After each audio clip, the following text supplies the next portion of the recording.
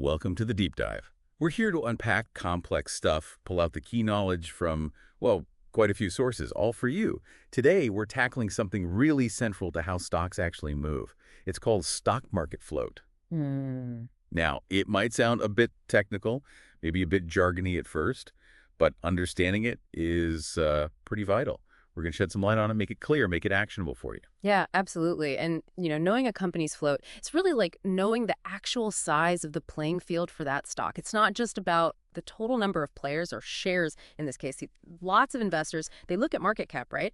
But often it's the float that explains why maybe a big established company suddenly has these wild price swings you'd normally expect from, like a tiny company. It's about getting right to that core dynamic, that supply and demand thing that really dictates those big price moves.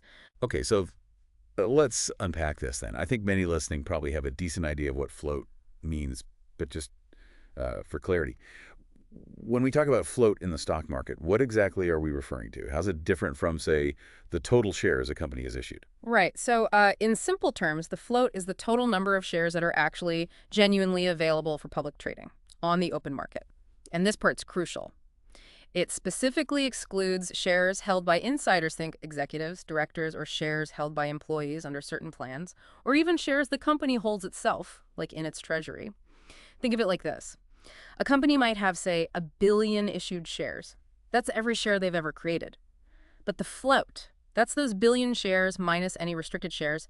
Those are often shares held by the insiders, the officers, maybe shares under lockup agreements after an IPO.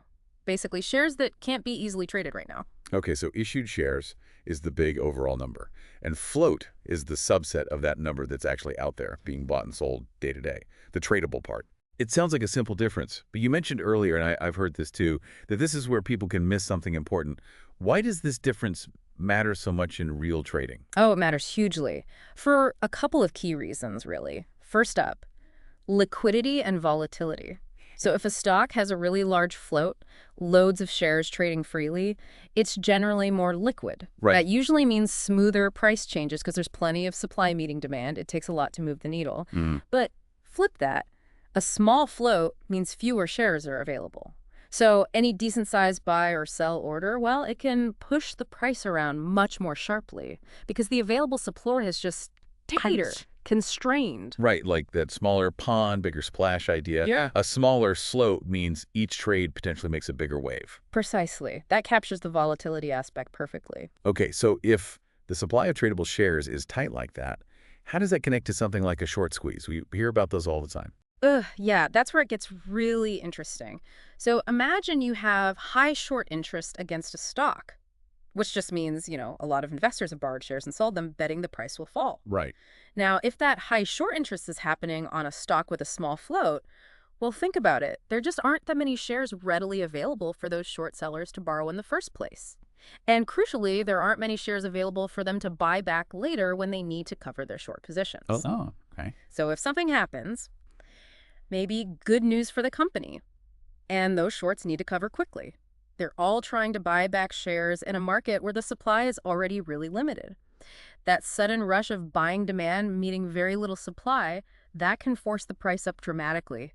That's your squeeze. So it's really not just about the total number of shares a company has created. It's about who holds them and, more importantly, how many are actually circulating in the market.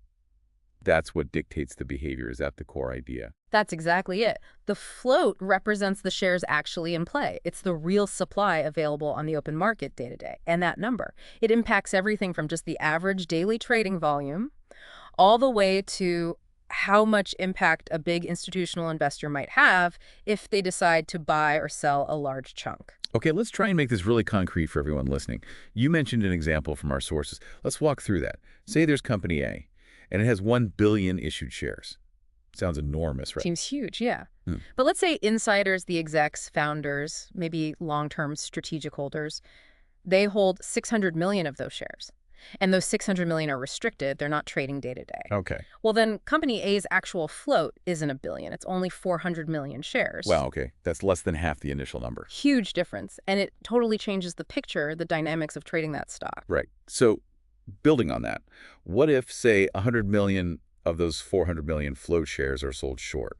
That would mean what, 25% short interest against the float Yeah. specifically? Exactly 25% of the tradable shares are shorted. Then, if those short sellers needed to cover, Yeah.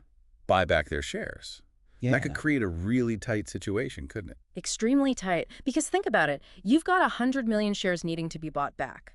But there are only 300 million other tradable shares potentially available to buy from.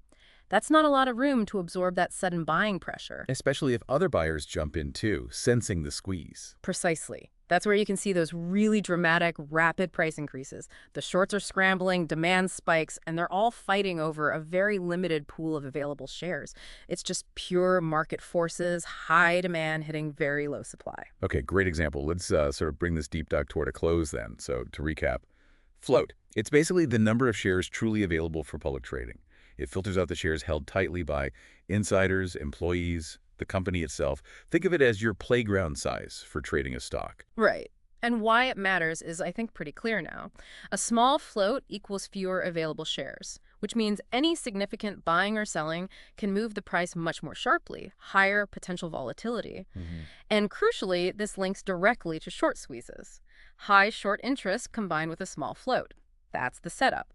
Not many shares to borrow initially, and even fewer to buy back when shorts need to cover. If they're forced to cover, that demand pushes the price up, potentially dramatically because the supply is so limited. Yeah. Like with Company A, 1 billion issued, sounds big, but insiders hold 600 million, leaving only a 400 million float. You short 100 million of that float. That's 25% short interest. If they cover, they're chasing shares in a pool of only 300 million. That's the squeeze potential right there. So what does this all mean for you listening right now? Here's maybe a final thought to take away from this. Next time you're looking at a stock, don't just stop at its market cap or even its total issued shares. Ask about its float. How might that playground size, the actual number of tradable shares, influence its liquidity, its potential for sharp moves, its volatility, or even, its potential for one of those dramatic short squeezes? What hidden supply and demand dynamics might you be missing if you don't consider the float? Something to chew on.